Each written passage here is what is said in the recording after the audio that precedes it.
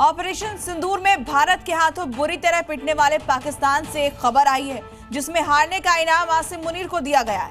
जी हां, सही सुना आपने। पाकिस्तानी सेना का जनरल जिसकी अगुवाई में पाकिस्तान भारत के हाथों बुरी तरह पिटा, उसे शहबाज सरकार ने प्रमोशन देकर फील्ड मार्शल बना दिया है। लेकिन क्या उनका यही कदम पाकिस्तान में तख्ता पलट की नई कहानी लिखने वाला है? कैसे, देखिए रिपोर्ट। वैसे तो पाकिस्तान में जो होता है उस पर दुनिया हंसती है। न जाने क्या सोचता है वो देश, क्या करते हैं हुक्मरान। फैसले तो ऐसे कि खुद आवाम भी ये झटके सह नहीं पाती। कुछ ऐसा ही एक फैसला किया गया जिसमें जंग हराने वाले सेना के जनरल का प्रमोशन कर दिया गया। शायद पाकिस्तान दुनिया का इकलौता ऐसा मुल्क है जहां फौज की जितनी बड़ी हार होती है उसे उतना ही बड़ा पुरस्कार दिया जाता है। कुछ ऐसा ही पाकिस्तान सेना प्रमुख आसिम मुनीर के साथ हुआ है, जिसे जनरल से फील्ड मार्शल बना दिया गया।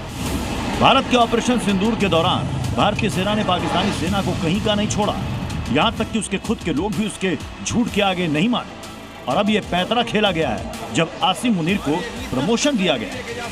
हैरानी की बात तो यह है कि मुनीर को यह प्रमोशन तब दिया गया है जब पाकिस्तान के 11 एयरबेस तबाह हो गए, 9 आतंकी अड्डे मिट्टी में मिल गए, 5 से 7 जेट्स भारत ने गिरा दिए, एक भी मिसाइल अटैक सफल नहीं हो पाया, सैकड़ों ड्रोन भारत ने मार गिराए, एयर डिफेंस पूरी तरह से फेल हो गया।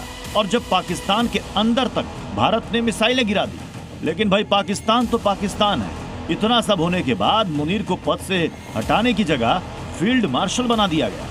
आसिम मुनीर अयूब खान के बाद पाकिस्तान का दूसरा फील्ड मार्शल बना है। पाकिस्तान में हार के बावजूद आसिम मुनीर का प्रमोशन पाकिस्तान में बहुत बड़े परिवर्तन का संकेत दे रहा है। सीधे शब्दों में कहे तो पाकिस्तान में यह तख्ता पलट का संकेत भी है। अब पाकिस्तान में शहबाज सरकार का नहीं, पूरी तरह से जनरल आसिम मुनीर का कंट्रोल होगा। अब जरा आपको इस घटनाक्रम के मायनों के बारे में भी समझाते हैं।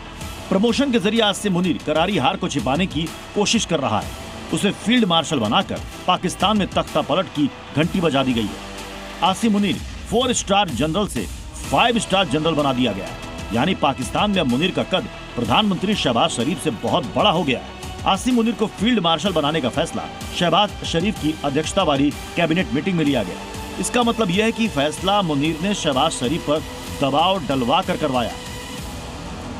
पाकिस्तान को चलाता तो पाकिस्तान की सेना है और शहबाज शरीफ साफ तौर पे जानते हैं कि सेना ने जंग हार दी है। इनको भी प्रमोट कर दिया गया, एक किस्म से उनको जय हिंद है, क्योंकि फील्ड मार्शल जैसे कि फील्ड मार्शल नेवर रिटायर, उनको सारे पर्क्स सब मिलते रहेंगे। चलिए अब आप समझिए आसिम मुनीर के फील्ड मार्शल पद के प्रमोशन को क्यों पाकिस्तान में तख्ता पलट कहा जा रहा है। इसके लिए आपको पाकिस्तान के पहले field marshal general Ayub Khan के बारे में जानना चाहिए। पाकिस्तान का दूसरा फील्ड मार्शल आसिम मुनीर भी अयूब खान की राह पर चल रहा है। अयूब खान पाकिस्तान के पहले सेना प्रमुख थे जिन्होंने 1951 से 1958 तक ये जिम्मेदारी संभाली।